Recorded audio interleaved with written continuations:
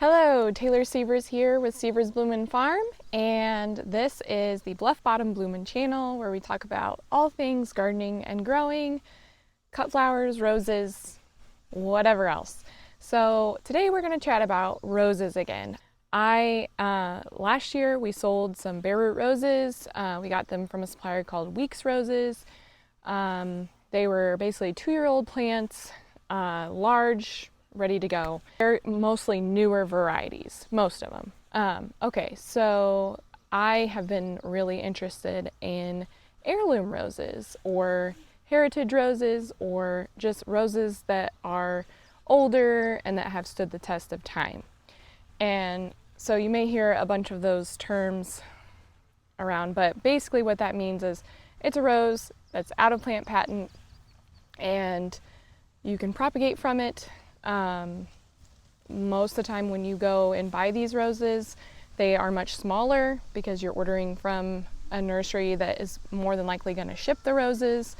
So it's a lot easier to ship a smaller specimen, and they're propagated by cuttings. So you're usually getting like a rooted cutting essentially. So I've ordered from a couple different suppliers over the last couple of years. I am trying to increase my stock of old roses because ultimately my goal would be to have my own nursery as well, so that I can basically share older varieties that are proven or beautiful or have some really unique smells, are hardy to the Midwest. So I'm trying to accumulate a collection here so that I can propagate from them, and then I can kind of see what grows well here and what doesn't. Something that I've been disappointed in, roses don't really have a smell. A lot of the modern hybrids don't have a smell, or a lot of the, I always see whenever I hand like maybe a bride their bouquet or you know, if I have to order roses for something, the first thing that people do is they just shove their nose in the bouquet, and most of the time it doesn't smell like anything. And if it smells like something, it's usually because it has something else in it that smells really good, okay? So I really got into this idea of heirloom or heritage roses because a lot of the older varieties smell a lot better. They are particularly disease resistant or something. So that's where my interest led. And then also there are just particular varieties that are better. There are different classes of roses that are better for smell, and there's some that, you know, they produce hips, and I had a whole video kind of explaining that before. But anyways, I got interested in heirloom roses. So one thing I will add is that so there is some terminology differences. So sometimes when you hear the term heirloom roses, I keep using it interchangeably with just an older rose, but technically a lot of the old style roses were bred before, I think it was 1865 or 67. There was a rose that came out called La France. So everything before that was supposed to be an older fashioned rose. So when people are talking about heirloom roses, they're typically talking about roses that were bred before then or discovered before then.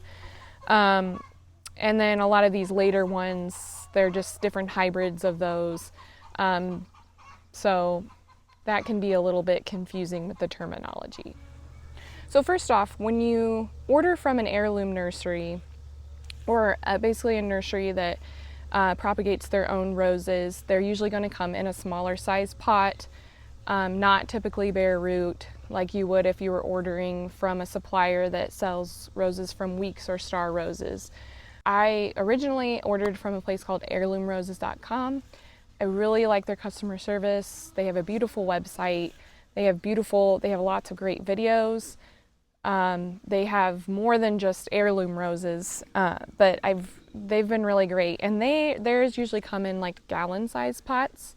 So that would be like this, and this is actually one that I purchased a few years ago, and it's just been stored in my shed.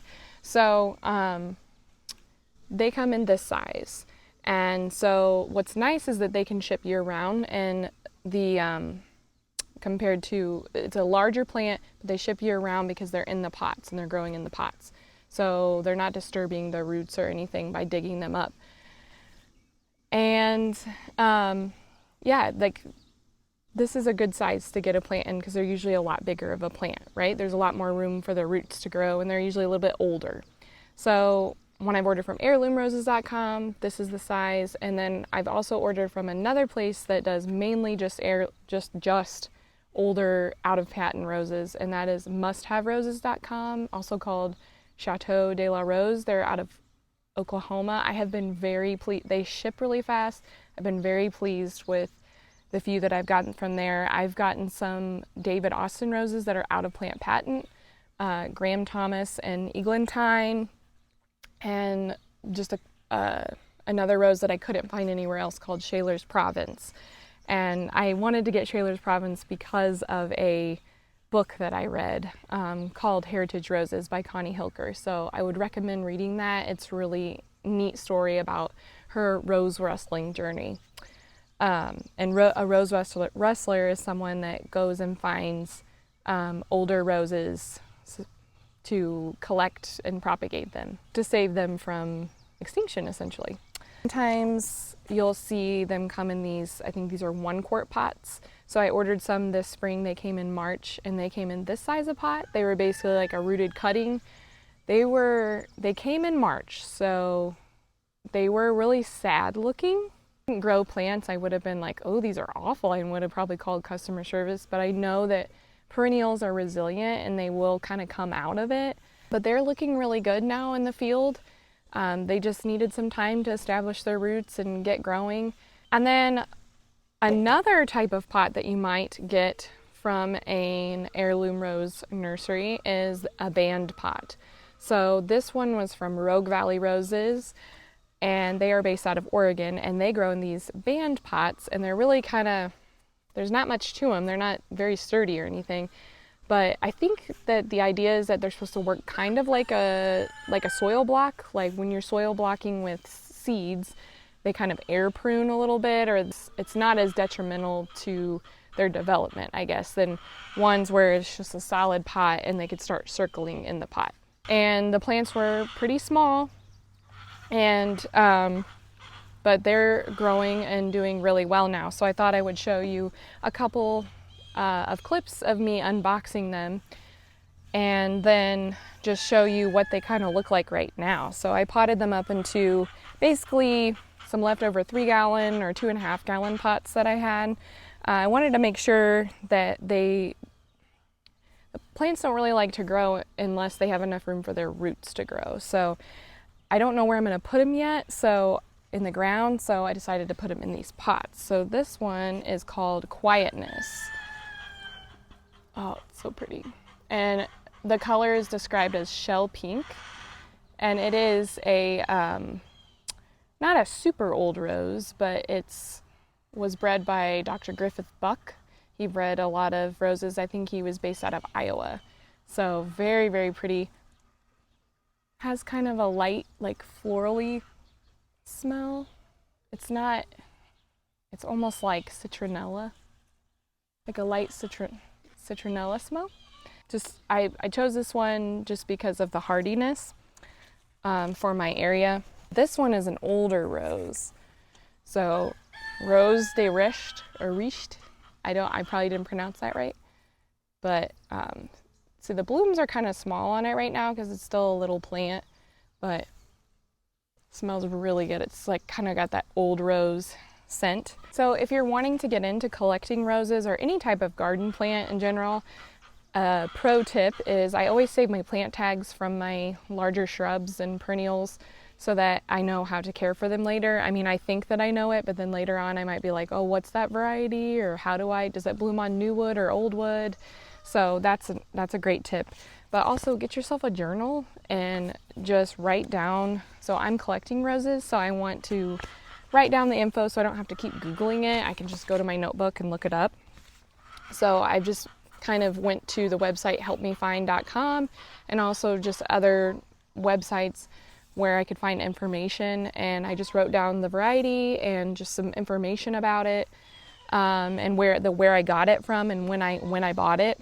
And then later on, whenever I plant it in the landscape, I'm going to write where I planted it too. So this is something, like, I actually created this journal. I published it on Amazon under a different name. So just fun fact. I'm planning to eventually make a journal, like a garden journal, where you could purchase it and then fill it out yourself, and even have some pages where you can sketch out your garden layout, because I know that there are some people that are, like, I would have loved, if I had a grandmother that was really into rose gardening, I would have loved to have had a notebook where she wrote down, like, what the rose name was and where it was at, and so later on, if I wanted to go back to her homestead and dig up her plant, I'd know what it is. Maybe some people won't care, but for those of us that like to garden and are really interested in these things, that's something that I would have appreciated, and I think other people later on might. So I'm wanting to create like a rose journal where you can fill out like your information about your rose and then kind of sketch where it's at in your garden, so that anybody that's interested later can learn more about your garden. So just a little fun fact, Amazon KDP printing. So that's what's in the future, but basically keep a little garden journal. It's really nice, even if you just want to write down general care notes or anything like that. So in here I wrote for Quietness that it's, so yes, it was bred by Dr. Griffith Buck before 1991, and it was introduced in 2003. So to close, I hope you liked this video today. I hope you learned something about older roses. I hope you're excited to maybe start growing some in your garden. I did want to mention a few of the nurseries that I ordered from this year. I'll just recap that. HeirloomRoses.com usually has a good selection. They are a little bit pricier, but their plants are usually a little bit bigger. High Country Roses is great. Rogue Valley Roses, MustHaveRoses.com. And then there's a few others. I know there's Rose Petals Nursery in Florida, I believe. I've not ordered from them, but I've heard good things. And then also Antique Rose Emporium.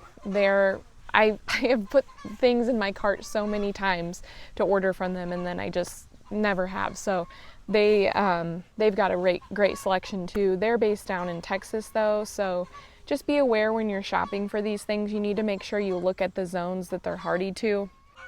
So in closing, I hope you're excited about growing some old-fashioned roses. I would encourage you to come back and check out our website in a couple years. Hopefully we'll have some available for sale. We're not quite there yet, but you can follow us on Instagram at Sievers Blumen Farm. And you can go to our website, SieversBlumenFarm.com, to look at some blog posts and just follow us for more updates on that. And we're just kind of sharing our rose growing journey. So this year I'm going to be planting a lot of these in the landscape, so hopefully they can get large enough I can start taking cuttings from them and also see their growth habits. So thanks for watching. Hope you enjoyed the video, and please subscribe if you liked it. See you guys.